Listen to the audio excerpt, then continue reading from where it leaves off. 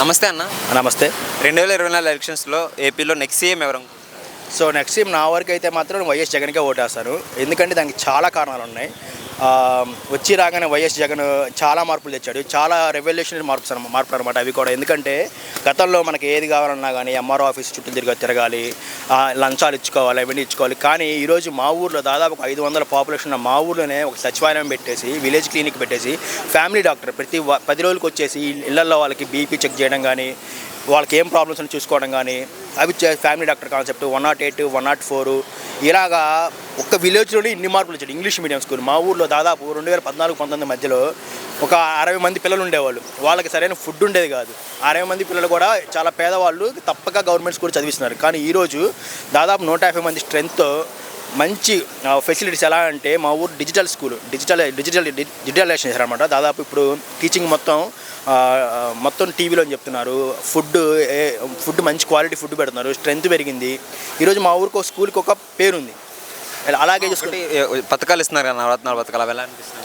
అవి నవరత్నాల పథకాలు వెల్ఫేర్ అనేది చాలా బాగుంది. ఎందుకంటే గతంలో పథకాలు పేరుకే ఉండేవి. అసలు ఎవరికి ఇస్తున్నారు, ఎలా ఇస్తున్నారు అని అర్థం కాదు.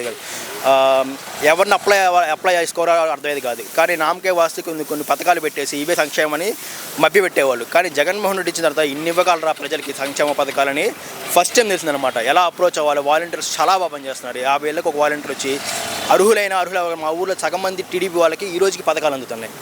సో ఏదైతే టీడీపీ వాళ్ళు జగన్ ఇచ్చే పథకాల వల్ల శ్రీలంక అవుతుందని చెప్పేసి అంటున్నారు. మళ్ళీ వాళ్ళు అవే పథకాలు ఇవ్వడం గురించి ఏం చెప్తారు? అంటే చెప్తున్నారు కదా, ఇప్పుడు శ్రీలంక అవుతున్నారా అవ్వట్లేదా అనేది వాళ్ళు 2022 ముందాక అలా చెప్పారు.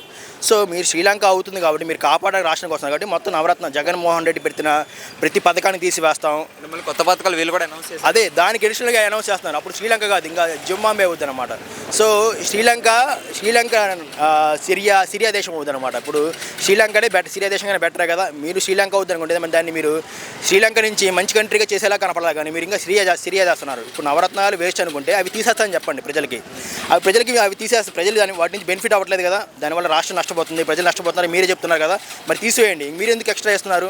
సో ఈ ప్రతిపక్ష ఆరోపణలన్నీ ఎందుకంటే జగన్మోహన్ రెడ్డి మళ్ళీ వస్తే పేదవాళ్ళు ఎక్కడ బాగుపడతారనే భయంతో వీళ్ళు ఆ పథకాలు మొత్తం తీసివేస్తారని మొదటిదాకా చెప్పారు. అవి ఎప్పుడైతే ప్రజలు నెగిటివిటీ తెస్తుందో అర్థమైందో వీళ్ళు అంత డబ్బులు ఇస్తామని చెప్తున్నారు. ఒకటి స్కూల్స్ ఏవైతే ఉన్నాయో స్కూల్స్లోనే 8th 10th వాళ్ళకి ట్యాబ్స్ ఇచ్చారు కదా. సో దానివల్ల ప్రతిపక్షాలు ఏమంటున్నారంటే వాళ్ళ చెడిపోతున్నారు అని చెప్పేసి అంటున్నారు. దాని గురించి మీరు ఏమంటారు? అసలు చెడిపోతున్నారు అనేది అసలు రాంగ్ కాన్సెప్ట్. ఎందుకంటే మన దేశంలో ఎవరైనా మంచి పని చేస్తే ఫస్ట్ వాళ్ళని తొక్కాలని చూస్తారు.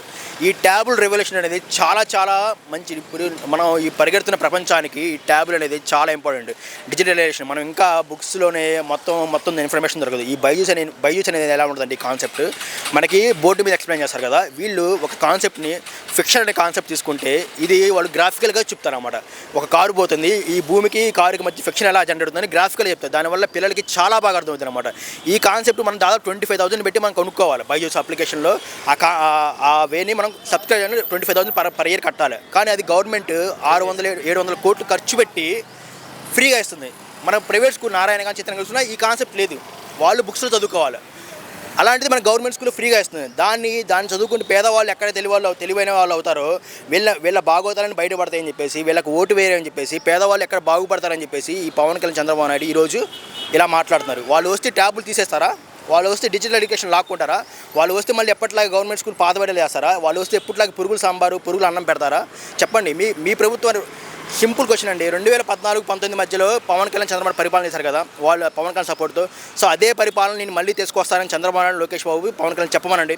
జగన్మోహన్ రెడ్డి ఒకటే చెప్తున్నాడు, నేను 2019-24 మధ్య ఏ పరిపాలన చేశానో అదే పరిపాలన చేస్తాను, మీకు నచ్చితే ఓటేయండి, నచ్చకపోతే ఓటేయండి అని చెప్తున్నారు కదా. ఆడుదామని చెప్పేసి ఒక 26ని ఎలా అనిపిస్తుంది? అది గవర్నమెంట్ యూత్ని ఎంకరేజ్ చేయడం అండి. అది ఆడుదాం అనేది కూడా దాదాపు 90 లక్షల మంది 80 లక్షల మంది రిజిస్ట్రేషన్ చేసుకుంటా అంటున్నారు. ఐ డోంట్ నో, దాని గురించి నాకు పెద్దగా అవేర్నెస్ లేదు. కానీ అది కూడా ఒక మంచి కాన్సెప్ట్.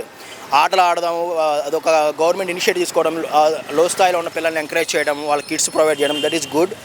అపార్ట్ ఫ్రమ్ దట్ నేను చెప్తున్నాను అన్నమాట. నెక్స్ట్ సీఎం ఎవరు? సీఎం చెప్పాలంటే దాదాపు ఇన్ని చేంజెస్ చెప్పిన తర్వాత కూడా ఒక 3 ఏళ్లలో ఒక ముఖ్యమంత్రి ఇన్ని చేయగలరా అనేది ఈరోజు మీ ఊర్లో చూసుకోండి. మీ ఊర్లో మీ చేంజెస్ చూసుకోండి. జగన్మోహన్ రెడ్డి ఒకటే చెప్తున్నాడు, చేంజెస్ ఉంటేనే నాకు ఓటేయండి.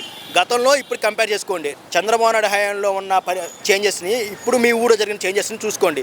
108, 104 ఆఖరికి పెట్రోల్ డీజిల్ లేకుండా తిప్పలేని పరిస్థితిలో ఉన్న పరిస్థితి నుంచి ఈరోజు 108 అనే ఫోన్ చేస్తే మన ఇంటి ముందుకు వస్తుంది. మనకి ప్రతి ఒక్కరు మన డోర్ స్టెప్ వస్తుంది.